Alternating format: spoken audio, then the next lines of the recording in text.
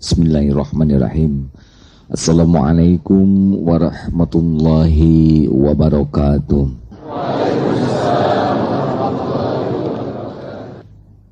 Subhanallah walhamdulillah wa la ilaha illallah wallahu akbar, la hawla wa la quwwata illa billahil aliyyil azim.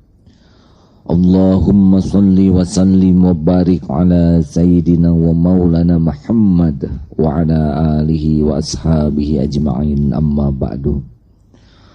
Walau bergabung jin dan manusia menginginkan sesuatu, pasti tidak terjadi jikalau Allah tidak menghendaki.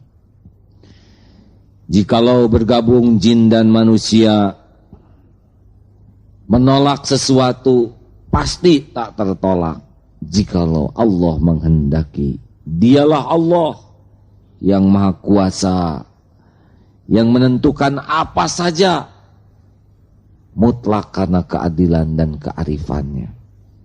Saudaraku, kita simak hikmah yang ke-8 pada hari kelima ini insyaallah. Silakan Ustaz Ramdhani. Bismillahirrahmanirrahim. Idza fataha laka wijhah min at-ta'arruf fala tubali ma'aha in qalla 'amaluk fa innahu ma fataha laka illa wa huwa yuridu ay yata'arrafa ilaik. Alam ta'lam anna at-ta'arrufa huwa muriduhu 'alayka wal a'mala ant alaika wal a'malu anta muhdika ilaih wa aina ma tuhdihi ilaih mimma huwa muriduhu alaika. Apabila Tuhan membukakan bagimu suatu jalan untuk ma'rifat, yaitu mengenal kepadanya, maka jangan menghiraukan soal amalmu yang masih sedikit, sebab Rabb tidak membukakan bagimu, melainkan Ia akan memperkenalkan diri kepadamu. Tidakkah kau ketahui bahwa ma'rifat itu semata-mata pemberian karunia Allah kepadamu, sedang amal perbuatanmu hadiah daripadamu? Maka di manakah letak perbandingannya antara hadiahmu dengan pemberian karunia Allah kepadamu?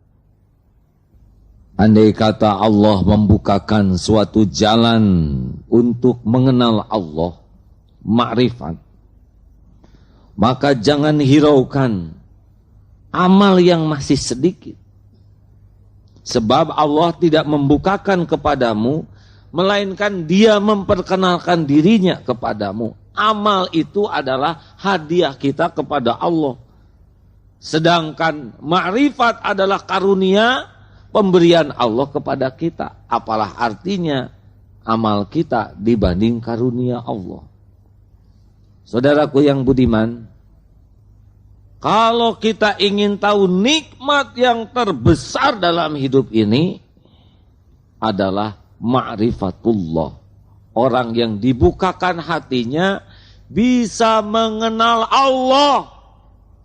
Karena semua puncak akhlak, semua puncak kebahagiaan itu hanya ada bagi orang yang mengenal, yakin, taat kepada Allah. Ikhlas itu tidak akan terjadi kecuali orang-orang yang sangat mengenal Allah. Kalau orang sudah tahu, yakin Allah Maha menatap, Maha dekat, Maha menyaksikan, menguasai setiap ganjaran, apa perlunya kita cari muka kepada manusia?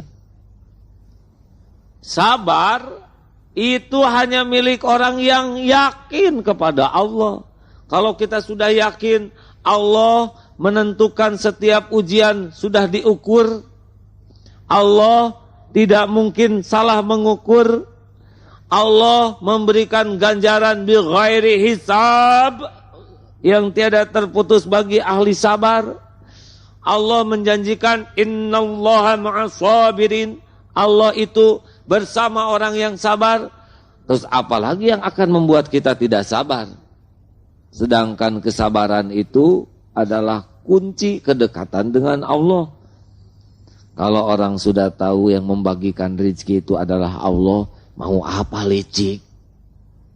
Allah yang menciptakan kita lengkap dengan rezekinya. Orang yang zolim saja diberi, bagaimana mungkin orang yang taat tidak dijamin? Artinya keikhlasan, kesabaran, rasa syukur, kegigihan ikhtiar, kejujuran, dan aneka amal kebaikan lainnya itu akan mudah bagi orang-orang yang mengenal Allah dengan baik. Adapun amal-amal kita harus tahu bahwa amal itu adalah kecil dibanding nikmat dari Allah. Pernah ada sebuah kisah. Seseorang ibadah 70 tahun tiada henti. Amal, hari-harinya penuh amal. Kemudian meninggal. Dalam kisah ini disebutkan, timbang, masukkan dia ke surga dengan rahmatku. Allah berfirman begitu. Rupanya sang ahli amal keberatan. Ya Allah, bukankah selama ini saya beramal 70 tahun siang malam tiada henti? Kenapa saya dimasukkan ke surga dengan rahmatmu? Tidak dengan amal-amalku. Baik. Timbang. Akhirnya ditimbang. Ibadah 70 tahun tiada henti. Sesudah ditimbang, tidak mencukupi untuk mensyukuri sebelah mata saja nikmat dari Allah. Maka kita tidak boleh ujub dengan amal-amal kita. Karena itu sangat tidak sebanding. Apalagi amal itu, wallahu la yanzuru ila suwarikum wa ajsamikum walakinnallaha yanzuru ila qulubikum wa a'malikum. Allah tidak melihat kepada topeng lahiriah dari amal-amal kita. Tapi maaf, tidak melihat dari jasad luar. Tapi Allah melihat dari dalam. Oleh karena itu, hati-hatilah di dalam menilai amal kita. Jangan ujub dengan amal-amal, karena itu tidak ada nilainya dibanding dengan nikmat yang melimpah dari Allah Subhanahu wa taala. Fadhil Ustaz nomor 9. Tanawwa'at ajnasul a'mali litanawwa'i waridatil ahwali. Beraneka warna jenis amal perbuatan karena bermacam-macam pula pemberian karunia Allah yang diberikan kepada hambanya.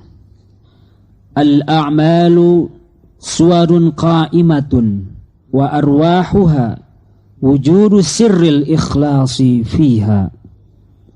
Amal perbuatan itu sebagai kerangka yang tegak, sedang ruh jiwanya yaitu terdapatnya rahasia ikhlas, yaitu ketulusan dalam amal perbuatan itu. Allah yang menciptakan kita sudah tahu persis kelebihan dan kelemahan kita. Allah Maha tahu kita punya rasa bosan. Allah Maha tahu kita punya selera seni. Allah Maha tahu ada yang punya otot. Allah Maha tahu ada yang pendiam. Karena semua itu adalah Dia yang menciptakan. Dan Allah menjadikan variasi amal. Ini adalah bagian daripada khazanah karunia Allah Subhanahu wa taala. Karena berbagai macam jenis-jenis pemberian Allah, maka amal juga bermacam-macam.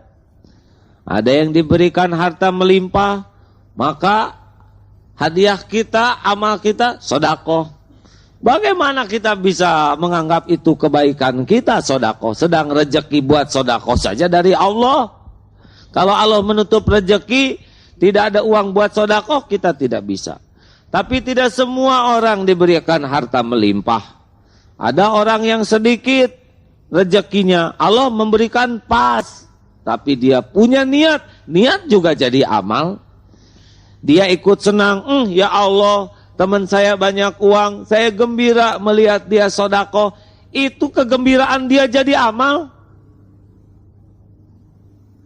Ada yang oleh Allah dikaruniai keberanian dan otot seperti Sayyidina Hamzah, gagah perkasa, seperti benteng Ketaton. Tapi tidak semua orang segagah beliau. Ada yang mungil, lemes. Ada yang kakinya kecil, lumpuh. Tapi di sana dia bisa mendekat kepada Allah dengan amal-amalnya. Dia tidak minder, dia tidak berburuk sangka kepada Allah. Itu pun jadi amal yang bisa membuka karunia Allah pintu ma'rifat.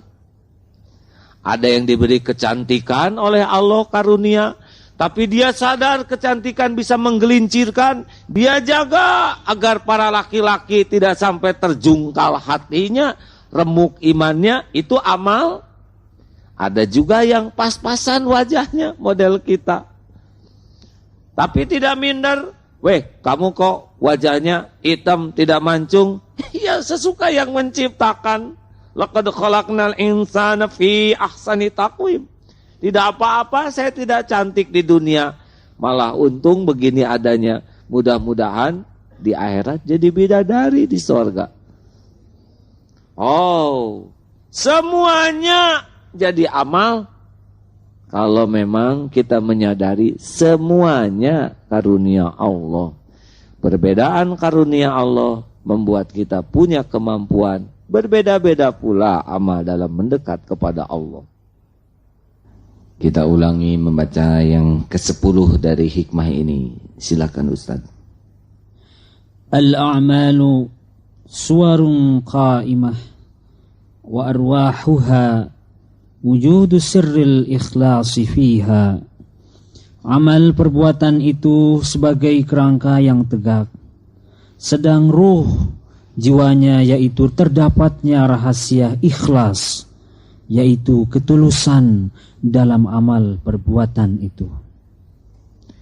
Orang yang mati jasadnya ada tapi tidak berdaya. Ruh itu adalah keikhlasan. Oleh karena itu kegigihan kita di dalam beramal itu baik, tetapi tanpa bersungguh-sungguh memelihara keikhlasan, maka itu akan menjadi bahaya bagi kita semua. Keikhlasan akan memperindah amal-amal seseorang. Keikhlasan akan membuat hati ini menjadi ringan. Keikhlasan akan membuat amal-amal itu begitu nikmat dilakukan. Keikhlasan tidak mengundang kekecewaan. Keikhlasan adalah terbentangnya amal dari sekecil apapun. Karena orang ikhlas tidak membedakan amal besar dan amal kecil. Mudah-mudahan karunia Allah ma'rifat membuat kita menikmati keikhlasan di dalam amal-amal kita sebagai rasa syukur kita kepada Allah. Kita syukur diberi rezeki, kita beramal dengan ikhlas. Marilah kita nikmati zikir, istighfar yang sederhana saja. Mudah-mudahan istighfar ini bisa membuat kita semakin terampuni dosa-dosa kita. Astaghfirullahaladzim. Astaghfirullahaladzim. Astaghfirullahaladzim.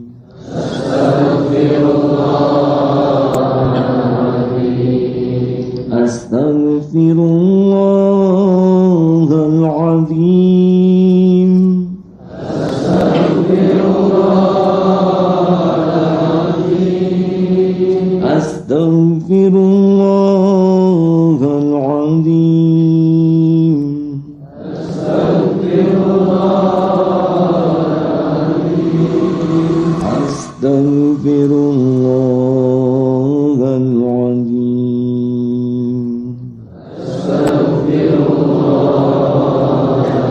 العظيم ربنا ظلمنا أنفسنا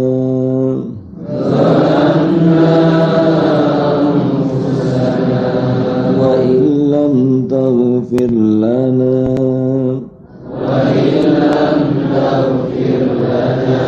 وارحمنا لنكونن من الخاسرين